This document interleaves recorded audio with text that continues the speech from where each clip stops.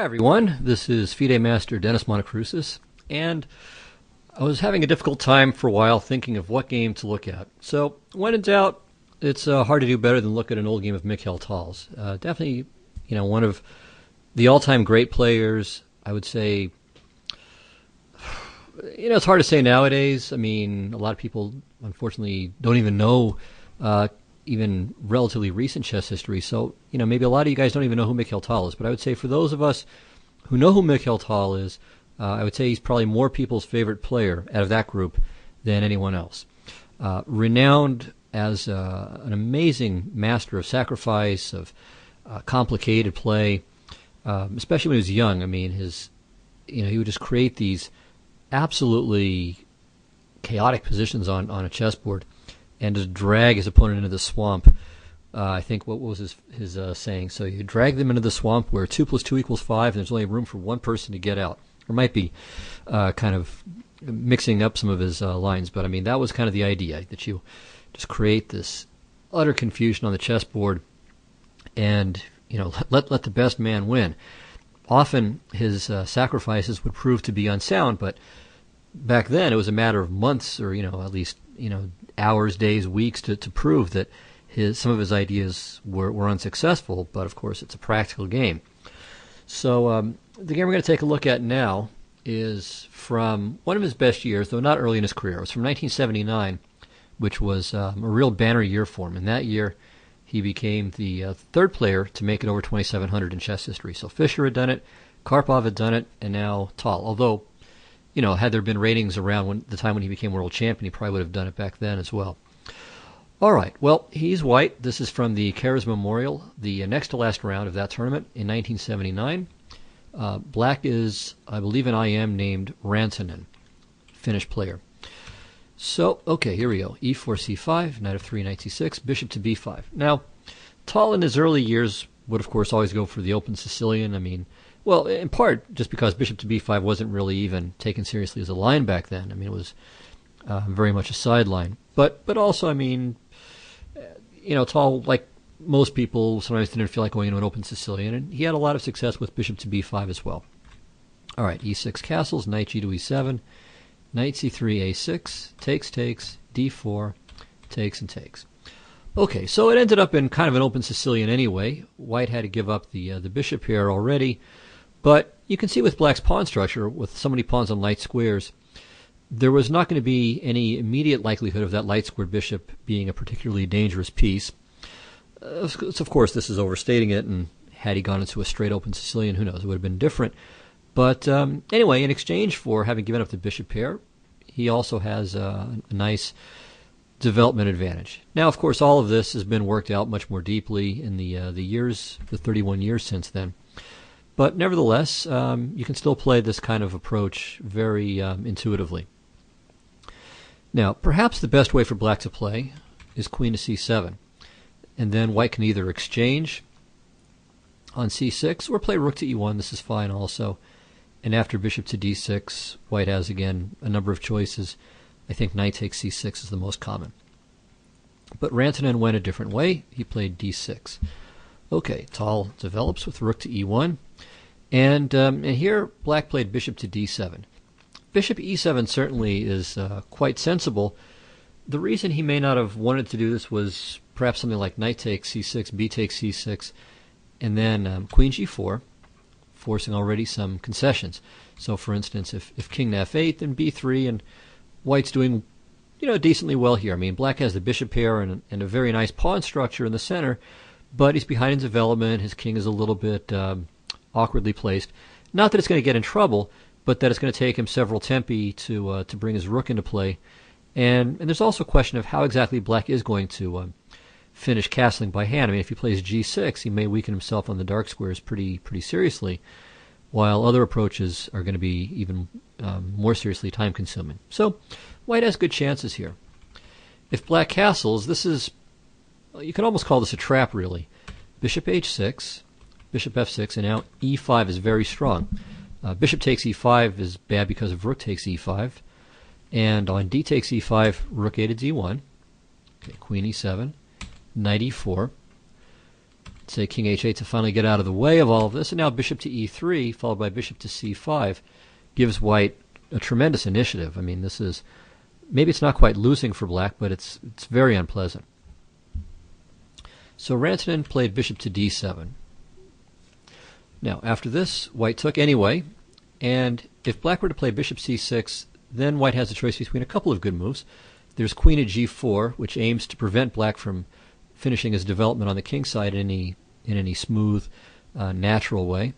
But you could also play the more disruptive knight to d5. Of course, it's not really a sacrifice because after e takes d5 is check, so white regains the piece immediately.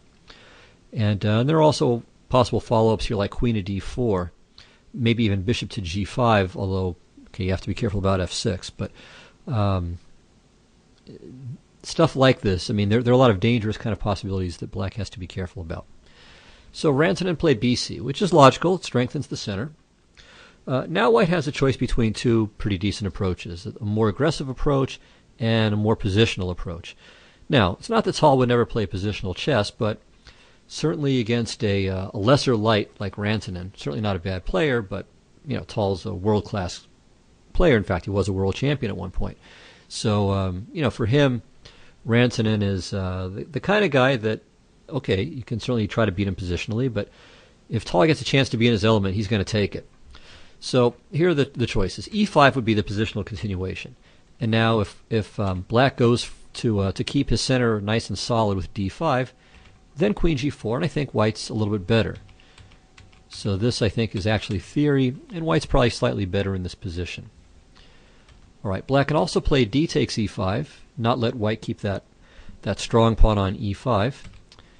And here black is getting the castle, but after rook to e3, white stands slightly better. Black has some queenside pawn weaknesses, and additionally, black has to be a little careful. White might go for some kingside play, putting the queen on h5, the bishop on e5, the rook can go to g3 or h3, maybe the knight goes to e4, the rook can go to d1. So you can see it's not so difficult for white to start transferring his pieces in the general direction of black's king. Okay, nevertheless, as I said, that's a slightly more positional, slow approach. Tal played queen to g4, more provocative. So Tal very often liked to put his pieces where they kind of dangled in front of the opponent's king side, where it would put his opponent in a bit of a dilemma. If his opponent would attack them, it would often create new weaknesses. I mean, for instance, here black can play the move h5. This is a reasonable move, but of course it's very committal. And when you're playing one of the greatest attacking players of all time, Mikhail Tal, that h pawn is going to weigh about 4 times what it normally does before you can pick it up and move it to h5. On the other hand, of course, if the opponent doesn't attack the pieces that he leaves kind of dangling, or he calls that launching, if the opponent doesn't attack the launched piece, well, it's sitting there, and then Tal can build off of that. Okay, well, Rantanen played e5, which is pretty logical. It stops any e5 stuff, attacks the queen, gives him a little more space in the center, but, you know, it's also slightly weakening his light squares like d5 and f5. And watch how this works. So queen at g3. Again, believe it or not, h5 could be played, although, again, it's a fairly committal approach, and when you're playing a player like Tal, it's a little bit nerve-wracking, but it seems to be okay. Instead, Rantanen played f6. And his thought is something like this, I think. I want to develop my king side, of course. h5, h4 is extremely committal. So how else can I do it? Well, if I play g6, then I'm weakening all kinds of dark squares. Plus, if my bishop goes to g7, let me draw some arrows here, then this pawn becomes really weak. I mean, white can pile up. Let's say he plays bishop e3 or bishop g5, and the rook comes to d1. What do I do about my d pawn? So that's kind of awkward for me. I can't play bishop to e7, though, because it hangs the g pawn. Obviously, if I play rook to g8, I'm not castling kingside. Maybe I could play queen to f6, but that's a bit clumsy as well. So, well, what about f6? If my opponent had a light-squared bishop, well, then that would be pretty scary, but he doesn't have one. And my king will be pretty safe on f7, so I can play king f7, and then either play bishop to e7 and bring my rook out to f8, let's say, and king g8, or I could even play maybe g6 and bishop to g7 and kind of hang out like that. And it's very solid, so this should be okay. Well, let's see what happens. It's very interesting. What Tal does now It's funny too. I mean, Tall is ahead in development still a little bit, and now he's going to gain even more time. But what he's going to do is he's going to use this initiative to create another problem somewhere else. So while Rantanen is trying to fix his kingside problems, Tall finds some new ways to stir up trouble. So you might even want to test yourself here and see, how should White go about trying to keep his initiative alive? Because Black has some long-term advantages. He's got more central pawns. He's got the bishop pair. So if White can't really figure out any way to punish Black for his laggardly development, then Black will be okay and maybe even better in the long run. Well, Tall develops, but we'll see that he's got a very concrete idea in mind. He's not just bringing pieces out to bring them out, but he's got a neat plan. So King f7, Rook a to d1, Bishop e7, and now a very good move. This is really the key part of the idea. He plays knight to a4. And the idea of knight to a4 is not so much to jump into to b6, but rather to play c4 and c5 and break up this black center. And you can see if the pawn gets to c5, it's going to be quite awkward for Black there. So he's either got to figure out what to do so that way when c5 happens it's not such a big deal, or else he has to simply stop c5 altogether.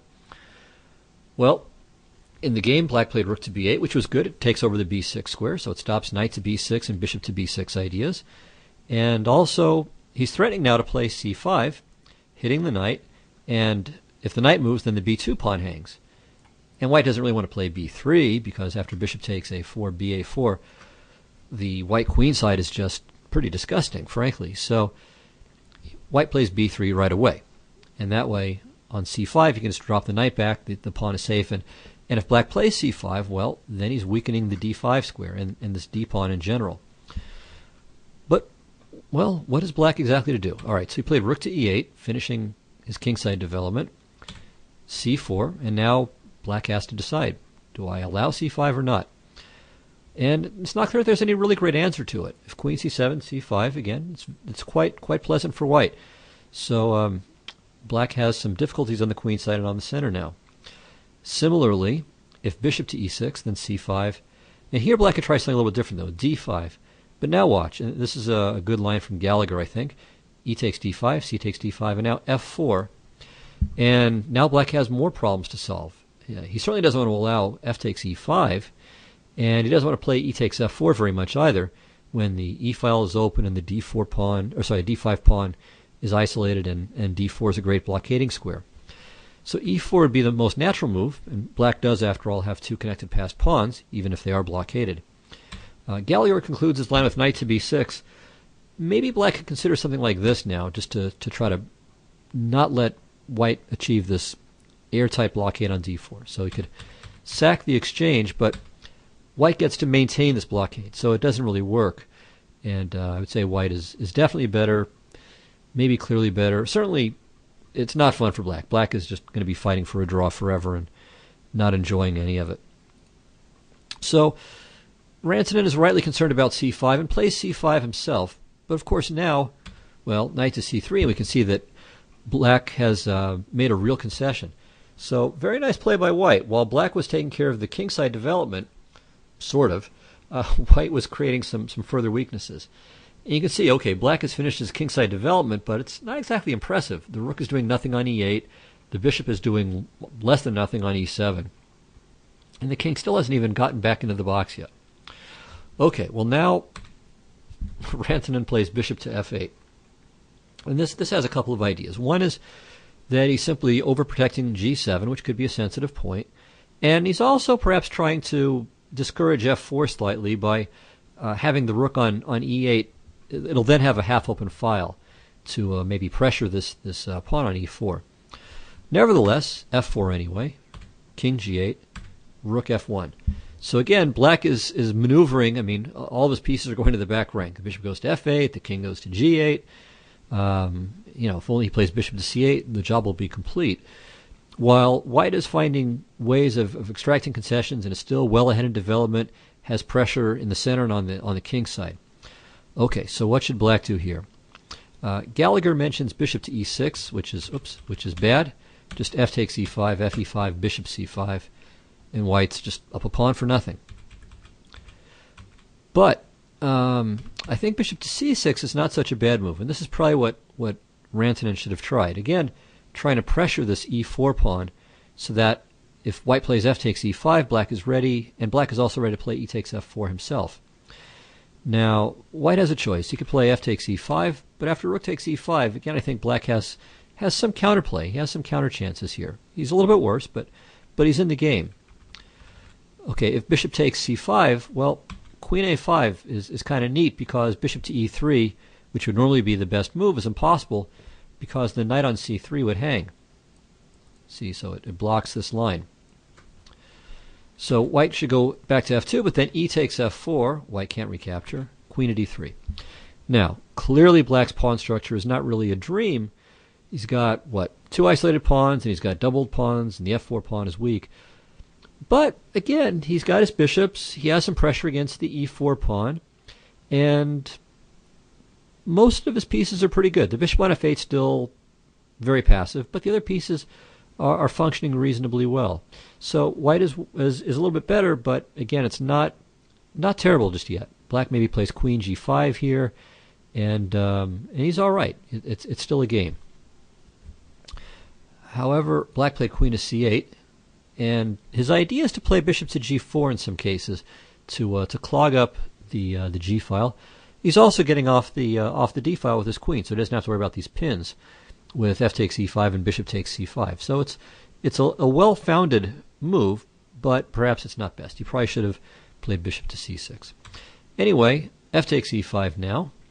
Here, if d takes e5, rook f6 is quite strong. So despite the bishop to g4 idea, after rook takes f8, rook f8, and then either rook d5 or rook to d6, black has real problems. Material is just about even. It'll be even or maybe slightly better for white, depending on how you evaluate bishops versus rooks or knights versus rooks. Anyway, white's going to have 2 pawns and a piece for the rook, but more space, attacking prospects. I mean, it's a big advantage for white. So d takes e5 is really not so good. So f takes e5 is what Rantanen played. Now Tal played knight to d5, threatening knight f6 check, winning the exchange. Okay, so here black has decisions to make. What do you do? You can move the king out of the way. You could cover the f6 square again, or you could play the blocking bishop to g4. All right. Well, I think actually that Rantanen made the right decision. But let's look at the options. If bishop to g4, white has at least 3 good continuations here. That's how bad things are for black. He could play rook to d2, just preparing to double on the f-file. And if, for instance, king to h8 getting out of the way, he's also, of course, threatening h3. And when the bishop moves, there's knight f6 check. So king h8. And now a neat line found by the Chess Stars guys. They did a 4-volume series analyzing all of Tal's games. It's also available on disc, too. Hollifman is the guy who heads that project up, but there were a bunch of people who did the annotations. Anyway, it was done back in '96, so the computer analysis could have been better, and of course, there's human analysis too by very strong players.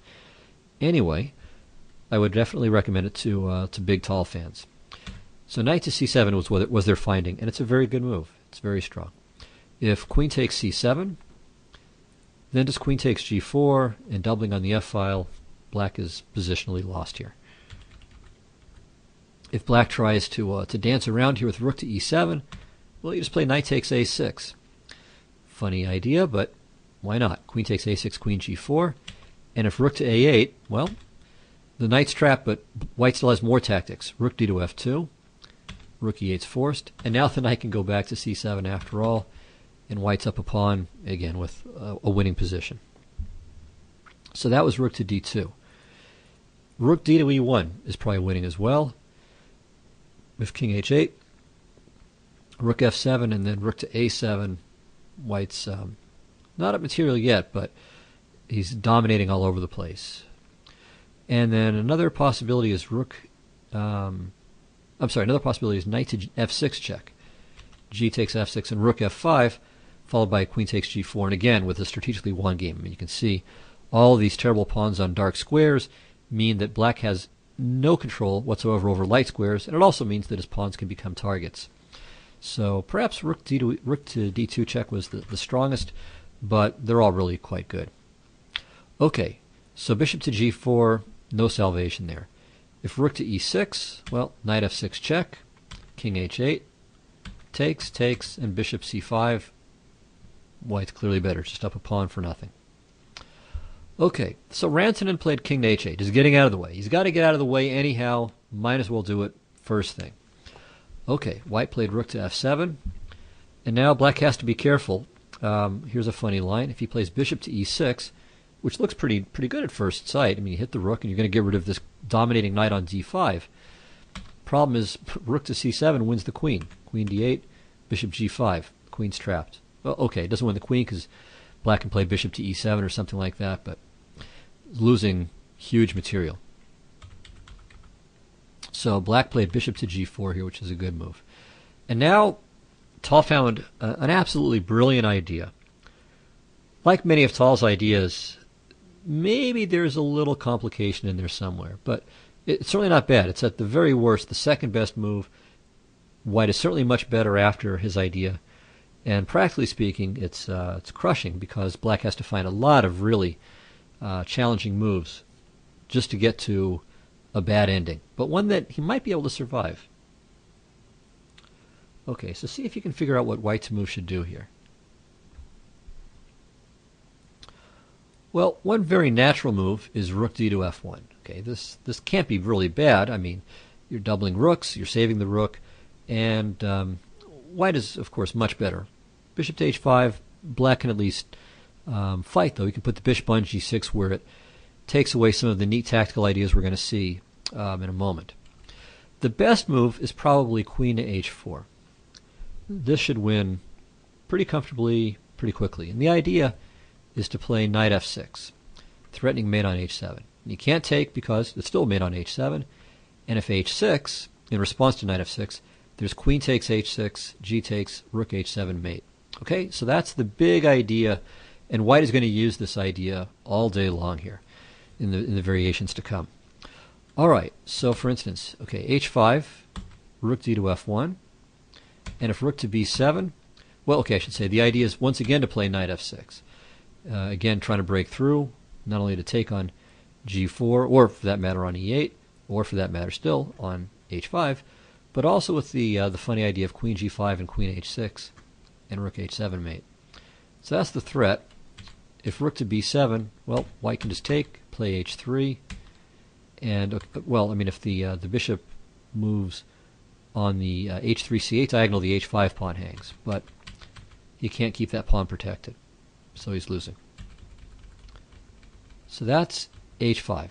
If queen to e6, then rook d to f1. There's no bishop to h5 this time, so black can't as easily cover things up. If he tries queen to g6, then knight c7,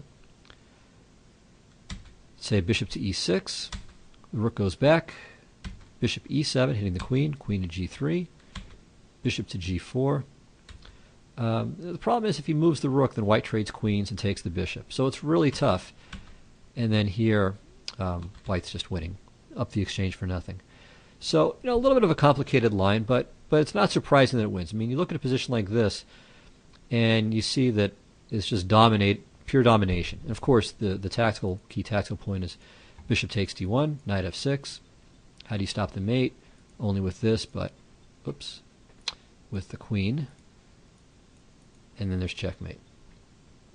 All right, so queen h4 wins. But Tal found a really beautiful idea. He played knight to f6. All right, so the ideas are similar. We'll see what happens if g takes f6, the most obvious move.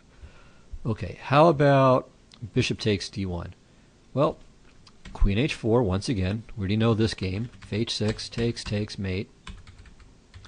So if h5, queen g5, again, we know how this one works. If, let's say, rook to b7. Oh, actually, sorry, this one stops the quick mate. So let's say queen to e6, the cooperative line. Check, mate. If g takes f6, then queen g6, and there's no answer to rook h7 mate, or queen h7. Can stop maybe one or the other, but not both. If rook to b7, then again queen g6 is mating, like that. Or if pawn takes, queen h7. So that's it. So bishop takes d1 is hopeless.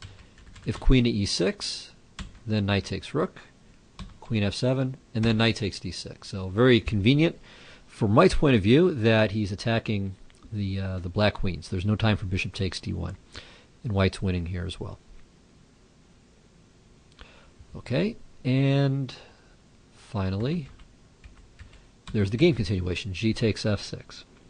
All right, Tal plays queen h4. And if black tries something like bishop to f5, well, queen f6 is crushing. So, but not pawn takes right away because queen takes f5, and then black is kind of defending. All right, but black played bishop to g7, and now bishop h6. And here we have a very good tactics exercise for you. So black to move and stay alive. All right, so how does black put up resistance here? You know, he can't win, he doesn't equalize, but he can make it really, really tough for White to win. And I'm not even sure, as I said, that White is winning. So Rantanen found a move that works in every variation but one. And of course, this is what Tal had seen when he played knight f6. So, you know, Tal, of course, tremendously creative player, found this neat idea.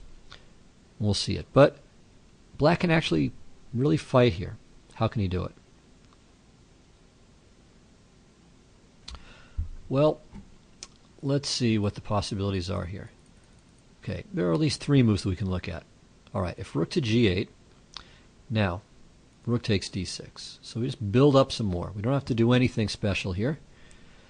Black's best is probably rook to b7. And now, two possibilities. I'll give one line given by Gallagher, and then a line that may be even better. Bishop takes g7. Actually, this is from Chestars first. Maybe Gallagher came up with it too independently, but Chestars had already found it. Rook takes b7, queen b7, rook d8, rook g8, takes, and queen g4. Actually, maybe for all I know, Tal found this first.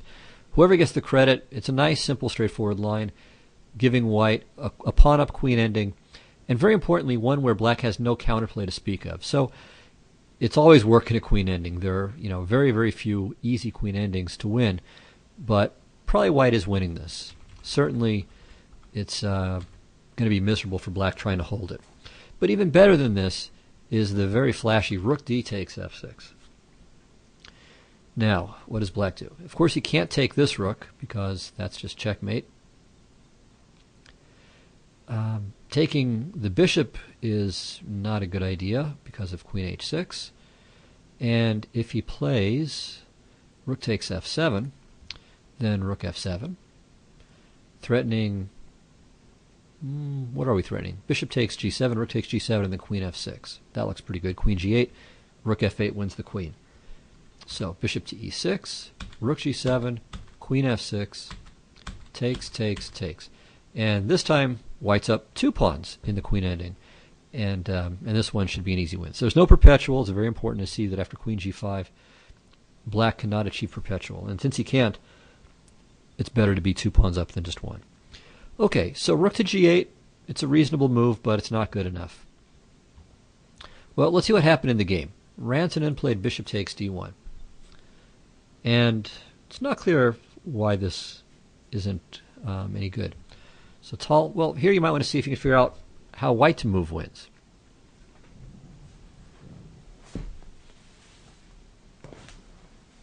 So White to move. Black thought he was winning at this point in the game. And as I said, he's winning in every variation but one. And here it is. Bishop takes g7 check, king g8, and now bishop h8. So spectacular move, and of course this is what Tal had planned before playing knight f6, and who knows, maybe well before that as well. So this is a beautiful little combination, but there's nothing black can do. He's just getting mated by force. Mate in 3 here. If, for instance, he plays h5, well, obviously queen f6, queen g4, rook g7. If queen takes, then queen takes is mate, and on king h8, queen h6 is mate. So Rantanen was a good sport. He took the rook and let Tal give checkmate. Queen f6 and queen g7. So very nice. Rantanen's up 2 rooks, but it doesn't matter. All right, kind of unusual. Seeing a mate with the queen on g7 is not unusual, but when the bishop is on h8, that's a bit more out of the ordinary. So, beautiful idea by Tal. But Rantanen had a defense. Queen e6 for starters. Okay, bishop g7 check, king g8, rook f6. White's even a pawn up here, and his attack is ongoing.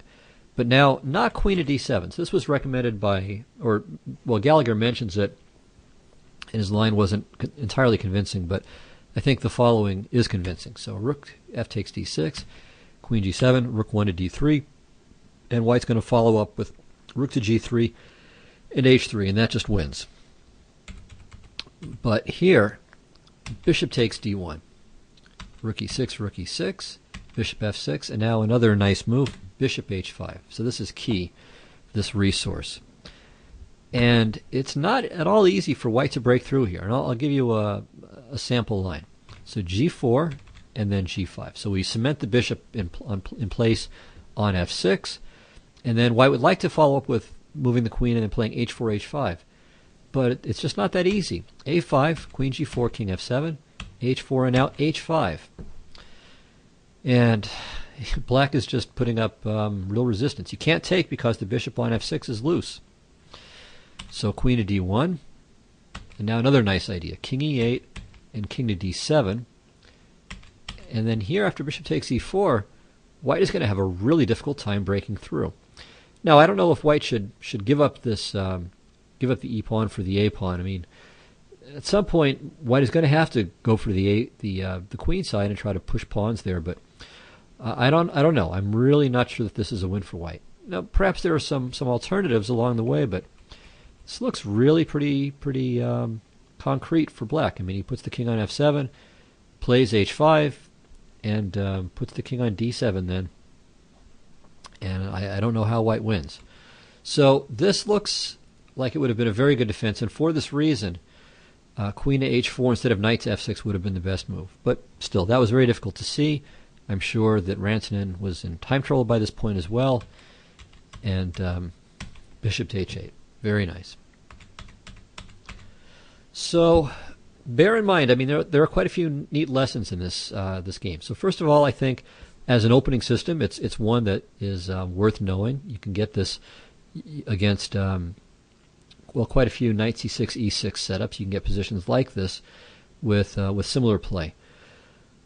So that's one thing. Secondly, you can see that even a great attacker like Tal, I mean, he didn't go, let's say, single-mindedly for the attack, but rather he realized that there was only so far he could get on the king side with the board the way it was, and he was able to switch up his mindset altogether and come up with this idea of playing knight c3 to a4 with the idea of c4, c5 to induce further weaknesses. So even if you're a genius of an attacker like Tal, you still have to take what the position gives you most of the time. And that's what Tal did. So he didn't try to make something where there wasn't anything. Rather, he tried to create new vistas for his pieces. And a third thing, I mean, at least a third thing that we can say, and this is certainly from the defensive standpoint, is to just realize how resilient chess positions are.